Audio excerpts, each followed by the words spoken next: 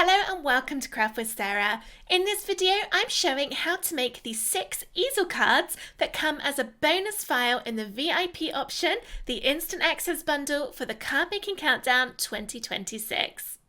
To find out more about how to get these cards, head to craftwithsarah.com/cards26 bundle. These cards are exclusively contained within that Instant Access bundle. If you're taking part in the Card Making Countdown on a free ticket, then you won't get these designs. As these do go together a little bit differently than your standard fold in half greetings cards, I thought a video would be helpful to show you how to make them. Let's get started. This is an example of what one of the easel cards looks like loaded into Cricut Design Space. On the top left, you'll see a green box which has size details on it. You may need to zoom in so that it's easier to read. This tells you the size that the design should be at. Click it and then click into size and check that your size matches. If it doesn't, change it to match what's in the green box, but mine is correct. Ungroup all the layers with the Ungroup button at the top of the Layers panel, then click into the top layer, which is that green box, and delete it. The brightly coloured shapes on the design, the green and the pink, indicate that these are designed to be cut from pattern paper. That's so you can have a lovely little pattern or design on the front of the stand-up bit at the back and the front of the card. But of course, if you'd prefer to cut them from solid colour cardstock, you can do that too. You can click the layers and change the colour in here if you wish to change it. The bit with the white section on top is your message panel, which goes underneath the card. The white is where you'll write all of your message. The download folder comes with some printable guides on how to display the easel cards that you can slide into the envelope with the card so that whoever you give it to knows how to display it. Aside from changing the colours and adding anything else that you may wish to appear in the middle of the card or on the bit at the front, the only thing left to do is to format the score lines. Click on the main bit of the card and you'll see in the Layers panel this highlights a group. Click the chevron arrow to open it up and then click to the layer that looks like singular lines. In the Operations drop-down, change it to Score. Then click to select that whole group so you see I've now got the base card and my new score line selected, and press Attach at the bottom of the Layers panel. Attach is what tells the Cricut where we want it to score. And then this would be ready to cut. Connect to your machine in here and then press Make.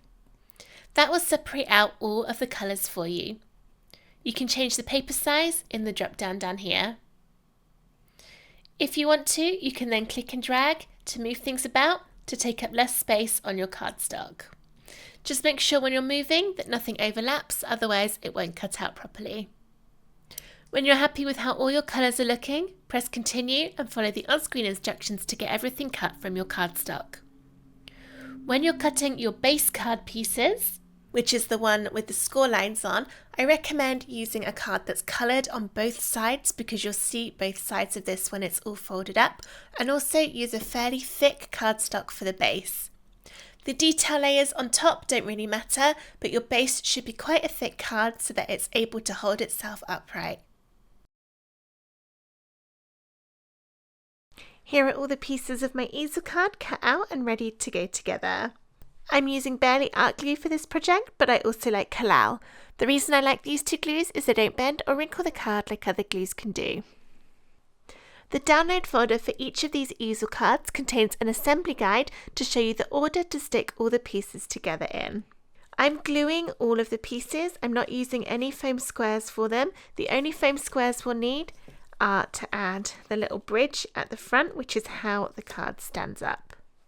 The foam squares I'm using are from Dot & Dab, but any will do. Okay, so first we'll build up the front of the card. We've got our biggest layer here, and then work through all the different pieces for the front, and this will be different depending on which design you've done. The reason for gluing all these bits rather than using foam squares is that if you use foam squares, it makes this back bit so thick that it can struggle to stand up when the easel card is displayed. You could try adding some if you want. Give it a little go and see. It's up to you if you want to try and add that extra depth. Just a little bit of warning that it might not work out.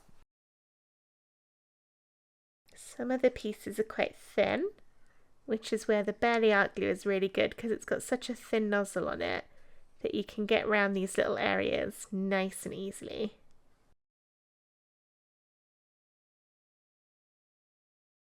Keep following through, looking at the assembly guide until all the pieces for the front of the card are stuck.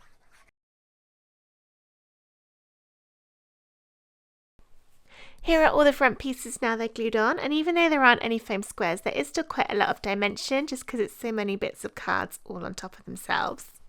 You can also glue the white to write your message on to the border piece that sits underneath.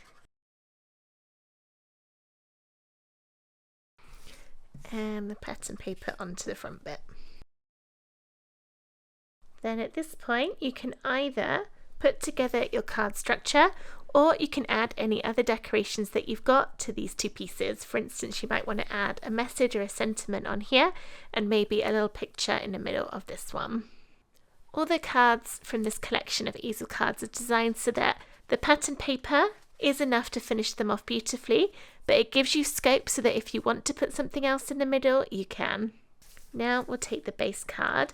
I cut this from a textured card, which wasn't a very clever idea because you sort of see both sides of it. I should have used a plain card on both sides, and also it means this textured card is quite thin, so I'm a bit worried it might not stand up right. A thicker card would have been better, but we will give it a go and see. So fold along the score line, that's halfway in. And then one of the sides will have another score line. Another problem with this textured card is I cannot see that other score line. Okay, it's on this one. And fold that in. Then this will go like this, like a little tent. Here it is from the side, which is how the card stands upright. We'll glue the main bit over the flap on the front. Add the glue to the flap rather than the back of all the layers you've put together, because otherwise you might put glue where it will be seen from the back. I've added quite a lot of glue on here as this is heavy with all these bits of cardstock. Line it up, and then it pulls down so that it's flat for postage. Turn it over and glue the message panel on the back.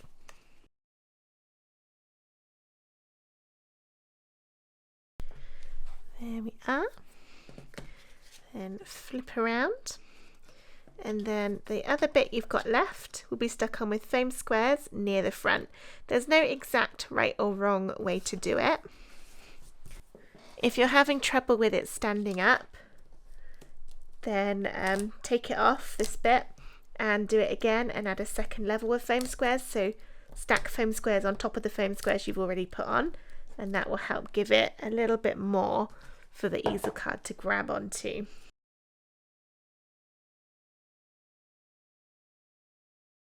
There. And then that will tuck in the front of the card to hold it in place so that when it's displayed, it will look, it's hard to show on camera, it will look like this, and then from the side that's a little look at that structure, and it all goes down flat to go in your envelope. Here are a look at the other cards included with the Instant Access bundle for the card making countdown. We're just looking at the easel cards in this video. There are around 30 bonus cards in total in the whole bundle.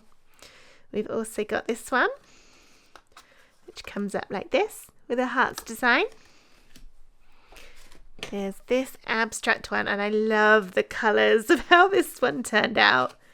I think those papers work really well with the blue and the gold for that one. There's this one. Which way round is it? Up like that. And then a kind of simpler one.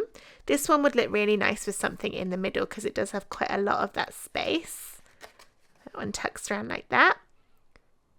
And then there's also a butterfly design like this one, but instead of hearts, it's butterflies. I don't have that one tested yet. It is on my list to do, so I don't have that one for the video, but by the time you're watching this, it will be all finished and included in the bundle. To register a free ticket for the card making countdown, head to craftwithsarah.com/cards26.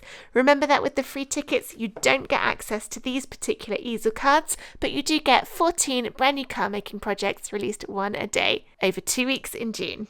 To get these exact cards, as well as a whole host of bonuses and instant and immediate and ongoing access to all the 2026 card making countdown projects, head to craftwithsarah.com/cards26 bundle.